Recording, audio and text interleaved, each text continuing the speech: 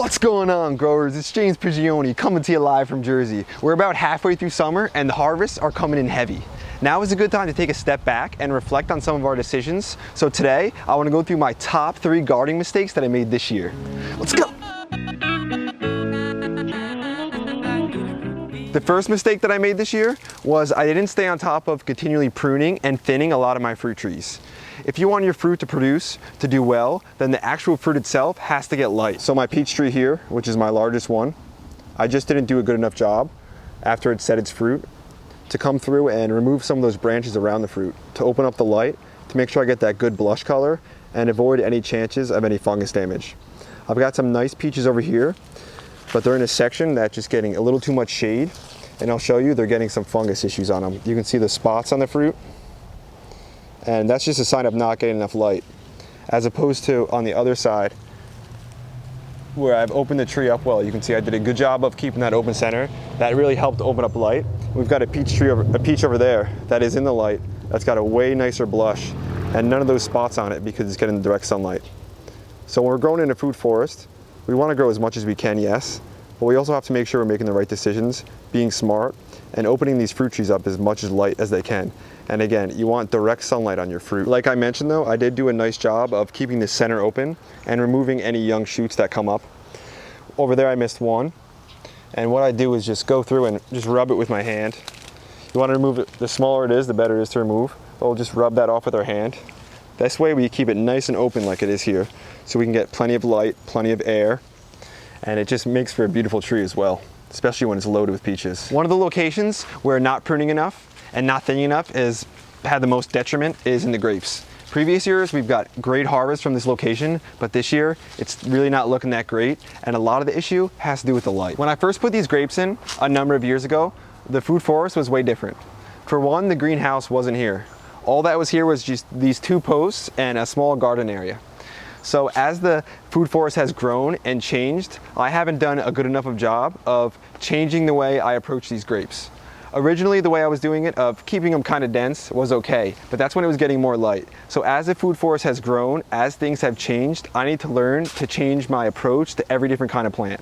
Everything's fluid, nothing's static, and it's changing. That's what makes it a lot of fun, but that's what also makes it a challenge. So when you guys are looking at your food forest, try to think a step ahead if possible. And that doesn't mean I'm not gonna get any grapes, it just means that the harvest is gonna be smaller than it was last year. I'm not gonna cry about it, I'm not gonna whine about it though, because I know I've learned a valuable lesson. When I approach things in the food forest, I've got to approach it differently every year. I've got to be open to observe and learn and know that things are always changing. So that failure, in a sense, has that seed of an equivalent success, of future successes. The second biggest mistake I made this year was that I didn't stay on top of my journaling. Yeah, I wrote down some dates and a few little things, but it's just not enough to do that. Instead, when journaling about my garden, I need to put things down like what the day was like, why I planted when I did, what's working well, what's doing well so far, and what isn't, instead of just writing a date and a time. A journal, in my opinion, can be our greatest tool because it can give us we can take a look back in the past and have an understanding of what the future is going to be like and how we can plan for it. You may be thinking, James, how is a garden journal important? Well, let me run you through a scenario to show you. Imagine you're going to plant your garden. Well, like you did this last spring. If you're a new gardener or something, what did you do? You went online, probably found average planting dates and just went by what they said. Imagine having 5, 6, 7 years of notes of what did best in the best locations, planting dates, and things that worked well and didn't work well. Imagine all that information you could have. I wanted to just give you one more little instance to show you the importance of journaling. Imagine that you're on a property and you've lived there for the last 20, 30, 40 years. Imagine you're journaling for all that time on what works well and everything. And then you take that property years later and can pass it on to one of your kids. How valuable would that be? To give them everything you've learned. I know, in my opinion, that would be a lot more valuable than a couch or a car. Do you know what this looks like here? My third mistake, greed. And the blackberries next to it show it as well. At first glance, this section right here, it looks great. It's super dense. We got a lot of stuff growing. But when we go in closer, we look at some of the fruit, you can see I was just way too greedy. I wanted too much. I wanted to get every raspberry, every grape, every blackberry. If I had approached this differently, in a less greedy approach, if I just allowed myself to get some raspberries but pruning some back, Some grapes by taking a little more back, and some blackberries, I would have got a nice harvest, a real nice harvest probably, balanced and good. Now it looks like I'm just gonna get a relatively small raspberry harvest, and some of those grapes back there don't even look like they'll produce. It can be tough, and I'm sure a lot of you can relate. When you see all that fruit on everything, you're looking towards the future like, man, I'm gonna get an incredible harvest. But again, I was just too greedy. It's something I'm learning and growing, and it's also, I think, a great lesson that I can apply to the rest of my life. That's one of the reasons I love gardening. Here's another section here where I need to learn from. I gotta make sure I'm not greedy. Here we've got this pear tree, doing excellent, but it's completely loaded with fruit. It would be nice to get every single one of these pears. That'd be a dream. But if I allow them all to stay on there, if I don't thin this, then I'm gonna get a number of small pears rather than a few really good ones. So it's all about investing.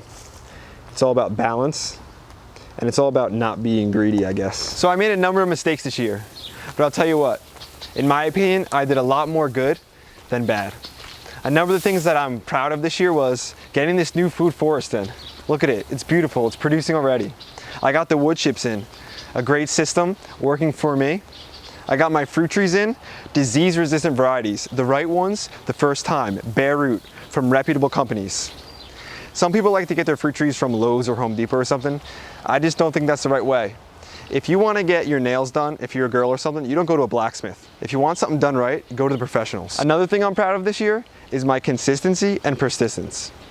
Anyone could plant a seed or just start a regular garden, but in my opinion, to start a system like this, a food forest, it takes that continued applied effort and to stick with it.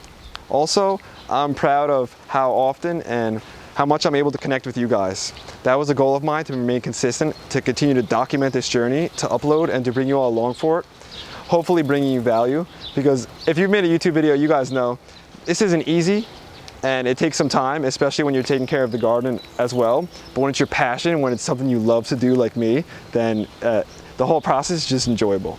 So if this stuff, this information, these videos are bringing you value and you appreciate them, hit that like button and the subscribe button, but more than even that, share it with your friends, because when you guys share, that's what really gets our channel to the next level. That's what helps promote our content. So it's all up to you guys if you want to get this message out. That's today's video, growers. Thanks for watching. I just previously mentioned that things of value, things of worth, usually take time to grow and to build. I truly believe that, because all decisions, all the seeds, everything we plant and do, it's all accumulating. So if you're looking back at your harvest and you're not happy either with your harvest in the garden or your harvest in life, take a look at what you're sowing. You may just need to get more sowing going.